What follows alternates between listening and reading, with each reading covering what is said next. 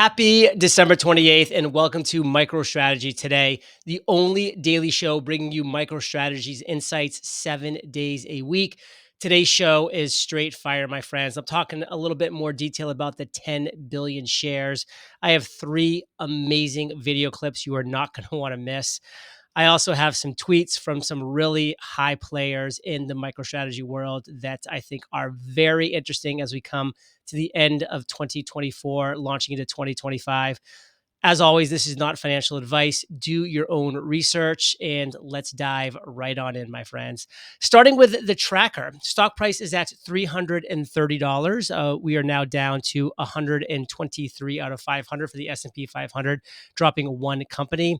The Bitcoin price this morning is at about 94,500. Been a little choppy, chop for the last few days. There's, in my opinion, a lot of tax harvesting that's going on from things that I've been seeing and reading on the internet. A lot of people are, making the decision to harvest some of those tax losses as they go into 2025, expecting hopefully a year of great gains and having the tax harvesting to offset that. The Bitcoin balance is still strong at 444,262.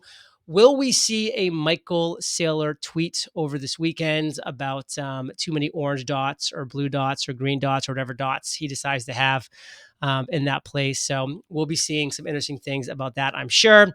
The unrealized profit loss is at 14 billion for a 51% return percentage. The Bitcoin yield year to date and quarter to date is the same at 73% and 47%. And our Bitcoin value per basic share is at $171. So a lot of exciting numbers on this chart for sure. The first article I wanted to share was Michael Saylor. 60 companies hold over 590,000 Bitcoin. Of course, MicroStrategy holds over 444,000 of those, 444,262 to be exact.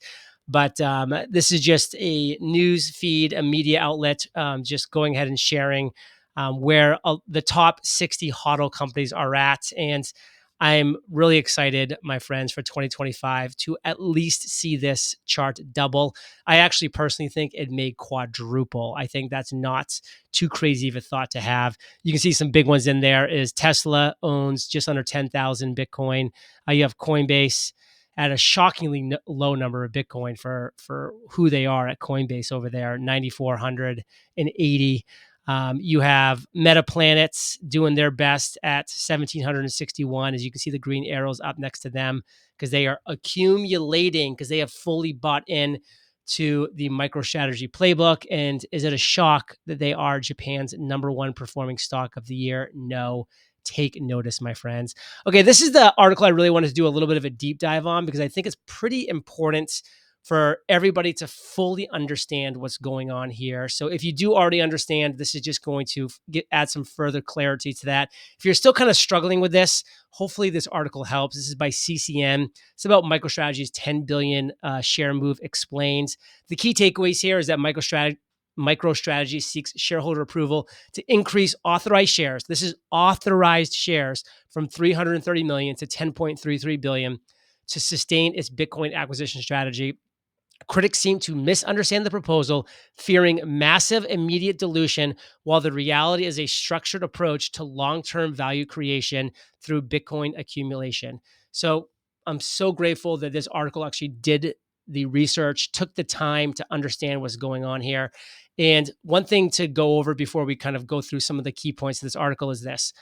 Michael Saylor is looking out for your best interests as a shareholder, for my best interest as a shareholder. He is the #1 shareholder by percentage by a long shot.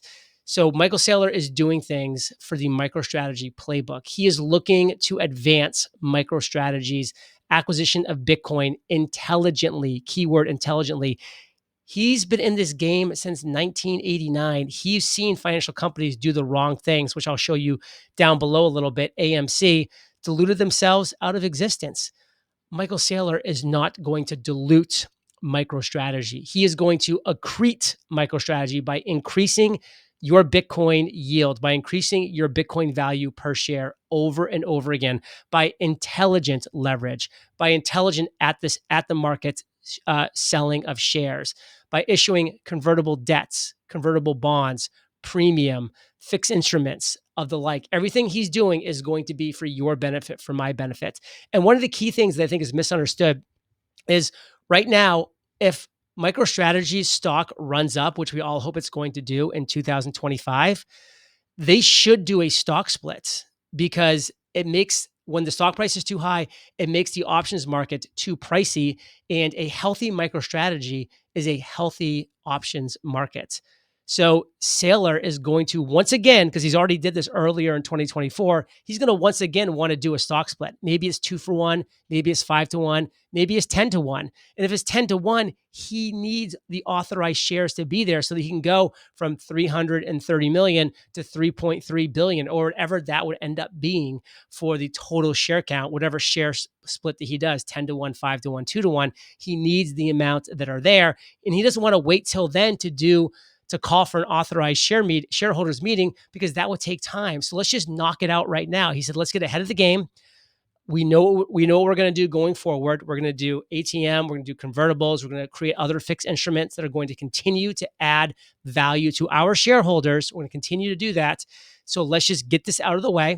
Let's just go for a huge number, 10 billion, just so that we can have room to operate in the way that we know that we can best operate. This is not him dumping 10 billion shares onto his 330 million current shares. He's intelligent. MicroStrategy's board is intelligent. They're going to do this the intelligent way. And this article just kind of goes through this. I'll link it up in the show notes. So if you want to really go through it slowly. But again, the convertible notes, the ATM offerings at the market, the company sells new shares directly to the markets. Convertible notes, MicroStrategy issues bonds at low or even zero interest rates. And they do zero interest rates, maybe even negative interest rates in 2025 that can later be converted into shares. So why such a significant increase? Again, if they conduct a 10-for-1 split, its share count would increase to approximately 2.45 billion. So again, I was off a little bit on that earlier in the 3.3 billion, because that's what their authorized shares are right now, 330 million. But I guess they have like 245 million current shares. So if they 10x that, it would be 2.45 billion. And they don't have the cap room for that right now because they don't have the authorized shares. This would give them plenty so they could do a 10-for-1 split to get to 2.45 billion. Heck, they could do a 20-for-1 split if things get really crazy. So they address the questions of what if they actually increase the number of shares in a single day, what would happen, and bad things would happen. And guess what? Michael Saylor knows that. He's a smart individual. For context, think about AMC, and they talk about AMC, the 2021 meme stock, about what they did. And guess what? Look at the charts, down to zero. Michael Saylor knows this. MicroStrategy knows this. They're not doing that at all, period. So what if MicroStrategy dilutes shares by 3.13x after accounting for a potential 10-to-1 split? They go into the details there about what they could be doing outstanding share-wise, what a percentage increase could look like through 2028. Again, just very bullish stuff. This is a good tweet by Fred. I go into this in detail in a minute here, so not right now. And then could MicroStrategy raise 3.5 trillion by issuing 10 billion shares at $350 each? Highly unlikely, and they talk about why. So the conclusion, this is what I wanted to highlight. And again, you can go back to this article in more depth if you so desire. MicroStrategy's request to increase authorized shares to 10.33 billion aligns with his Bitcoin accumulation strategy. The proposed change provides flexibility for future actions, including a likely 10-for-1 stock split and measured share issuances over several years. Investors concerned about immediate dilution misunderstand the company's intent. MicroStrategy's gradual issuance model through ATM offerings and convertible notes has proven effective. Period. End of story. Let's move on, my friends. I wanted just to share this tweet by Michael Saylor. Did you stack Bitcoin this year? This is just another screenshot from the same news article that I shared earlier, but this is just showing you that Michael Saylor is just showing MicroStrategy's playbook to the world. I mean, this has 631,000 views. He's basically saying, if you're not on this list, what are you doing? It literally takes 15 Bitcoin to be on this list. Get with it, homies. I wanted to share this tweet by Fred Krueger, the one that I referenced earlier from the news article. The great fortunes of this world were made by making massive and innovative financial bets. Rockefeller consolidated the oil industry in the 1872 Cleveland Massacre, buying his competitors with stock in Standard Oil and deferred payment plans. Within 13 years, he had 90% of the entire industry. Carnegie consolidated the steel empire vertically in the 1880s, aggressively buying coal fields, iron ore mines, and railroads until he had 70% of the steel market. Bezos raised 1.25 billion in Feb of 99 in a massive convertible note, although the company has raised 30 billion, mainly in bonds, to fund his complete domination of e-commerce. And I've been saying over and over again, I was unfortunately too young to really take advantage and understand Amazon at its infancy. And that's why I'm so grateful for this MicroStrategy opportunity. So thank you, Michael Saylor. Thank you, MicroStrategy. And thank you to people that are watching right now for being on this journey with me. I'm excited for you and I'm proud of you too. Saylor is making a similar massive bet. It may sound crazy and dilutive, but there is no execution risk. If he gets the funding, the price of Bitcoin will go up and TradFi will jump on board. The meme will create itself. Oh, so awesome. And he just shares this little, or David Nelson shares this chart of the sats per fully diluted share just going up, up, up. And that's 43% just since September 30th. Wow. That is so fantastic. Okay, let's move on to Chris. One of my faves says Standard Oil aggregated and standardized oil. MicroStrategy aggregates and standardizes Bitcoin. Do you understand? I think we're starting to understand that, my friends. MSTR updates. We are loading up for an incredible 2025, and most will be sidelined during it, as designed by Bitcoin every cycle. Tourists who don't put in the work will not reap the full rewards. You, my friends, are putting in the work. You will reap the rewards. Congratulations. I'm excited for you. Let's go to Ben Workman. One by one, the ETFs will continue to emerge and increase the demand for Bitcoin Treasury Company convertible notes. There will be several more Bitcoin Treasury companies emerging to meet the demand. Count on it. And this is just about all these recent very bullish events by Bitcoin, by Strive, by these companies adopting the Bitcoin standard, the MicroStrategy playbook. The last tweet that I want to share right here is from my fave, the Bitcoin therapist. He just says, accelerate. To this screenshot by Nate, which is ETF filings in the last 48 hours. This is in the last 48 hours.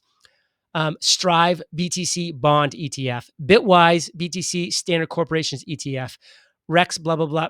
I won't read the rest of these, but it just says 2025 is going to be wild. People are getting on board. More instruments, more opportunities are coming into play. Game theory has been activated. Now, as I promised, I have 3 incredible videos you're not going to want to miss. The first one's by Punter Jeff, a great individual who does some great work on MicroStrategy. I think I showed you the shirt yesterday. I'll give you a little better shot today. I'm rocking the MSTR North shirt, and thanks to those guys for creating great MicroStrategy content. The other 2 videos are also fantastic. You're going to want to check those out. So take it away. The market's hungry for this stuff. It's very clear. The market is hungry for this convertible debt. Volatility has product market fit, if you can believe it. Yeah, volatility has product market fit. And in a world of like just boring, non-volatile like equities and bonds and stuff, like this stuff is exhilarating. It's a jolt, right? It's like the CPR machine to some of these balance sheets. And I'm imagining a Bitcoin-backed convertible bond ETF. And it's just a convertible bonds. You create an ETF product where somebody can buy the ETF product, and it's like a diversified portfolio of these Bitcoin-backed bonds. All of a sudden, you're like, boom, there's somebody that wants to take it's like a different, volatility tranche where you're capping the upside, minimizing the downside. And like you capture all of the exposure from, you've got this, small tech company that's 99% Bitcoin. You now have got Semler Scientific that's, healthcare and Bitcoin, maybe 50-50. You've got the mining infrastructure where it's maybe like 75% Bitcoin, 25% mining infrastructure. And you've got all these other companies that have different underlying business models that can use it to give them a financial jolt to their balance sheet. So I think the ducks are quacking. I think as Saylor said, if the ducks are quacking, feed the ducks. If inflation expectations or debasement expands faster than expectations, and they're going to be, starving for products to capture that debasement and inflation risk. So those are really good products, I think, for these large capital pools. So I've known Michael for the better part of 20 years. The guy's like crazy fucking smart. And every time I meet with him, I think I really should buy MicroStrategy stock or Bitcoin. And I have bought none of either. And so I want to find a time machine, go back, find me, kill me, and then kill myself. I mean, I knew this guy was so bright, but the thing that got in the way for me was, I'm an old dog. I believe in corporate governance. And the idea of a CEO taking a publicly traded company that does business intelligence and levering up like crazy to buy another, it would be like Tim Cook saying, I just believe in gold and I'm going to put $100 billion in debt on this company and become the largest single owner of gold in the world. Yeah. And it just felt so strange to me, but there's just no getting around it. The guy is a fucking visionary. When I had him on the pod 2-3 years ago, Bitcoin was at 18,000 and it had spiked from 5,000. I'm like, going to go wait till it goes down to 5 again. He's like, trust me on this, just buy a little bit. This thing is bulletproof over the long term. It's up what, fivefold since then. And what is MicroStrategy at? Since then, I'm not sure. It's up sixfold in the past year. It's up 123% in the last 30 days. And because he takes debt, it's basically MicroStrategy has become a levered bet on Bitcoin. It's like buying an ETF on China that's 3x, it's levered up. So look, there's just no getting around it. Even crypto skeptics like myself have to acknowledge that I believe that Bitcoin has become a credible, tangible store of value. It's a speculative asset, no doubt about it. But Michael is, from an IQ standpoint, he's flying at a different altitude and he saw this. And my gosh, you want to talk about balls the size of really big balls? I mean, this guy basically said, business intelligence, business intelligence, we're levering up and we're buying Bitcoin. In the previous world, the analog world, what cash was to gold, in the digital world, digital money may be to Bitcoin. Let me give you another example. We live in a time where 1 out of every $4 has been printed in the last 5 years. We are actively debasing our currency. And at the same time, Bitcoin has, into its design, programmed scarcity. You can never have more than a certain amount of Bitcoin. And so the dollar is depreciating, Bitcoin is appreciating. Quick factoid. In 2018, the average American home would have cost you over $260,000 and over 400 Bitcoin. Today, the average American home is now over $460,000. It would cost you less than 5 Bitcoin. What's been the better investment over the last 5 years, Bitcoin or dollars? I mentioned the tweet from Elon Musk. The reason he did that is because the government El Salvador, tiny little Central American country, they embrace crypto. Yes. I think it was 2 years ago, I believe now. So they've got 24 months of a track record. Has it worked for them? Well, I don't know exactly the price, but 2 years ago, Bitcoin would have been less than $30,000 a Bitcoin. Today, it's over $100,000. So they've seen threefold increase of their value of their reserves in El Salvador. So it looks like a pretty good investment. It looks like it's a pretty good deal for them. Pretty good deal for them. There's a lot. Can I get your number? Well, there you have it, my friends. Another day of MicroStrategy Today. I hope you enjoyed. Remember, this is my opinions only, my information that I've gathered only. Do your own research and not financial advice. Thank you to our sponsor, NordVPN. If you want to protect yourself, if you want to protect your family's online identity, you can do it for a few bucks a month. My link is in the show notes. Support the show. Check out that link. They're having a great holiday special. And once again, thank you, my viewers. If anybody is still hanging around here, I just want to say I appreciate the comments. I appreciate the subscribes. I really appreciate the likes. So make 1, 2, or all 3 of those happen. If you haven't yet, or if you already have, do it again, because we just love seeing where the current viewers of each video are coming from. Let us know where you're coming from, what country, what city, what state, what region, however you want to delineate that. But I appreciate my audience, which is growing and all over the world. So thank you for allowing me to be part of your day with MicroStrategy Today. And remember, there is no second best.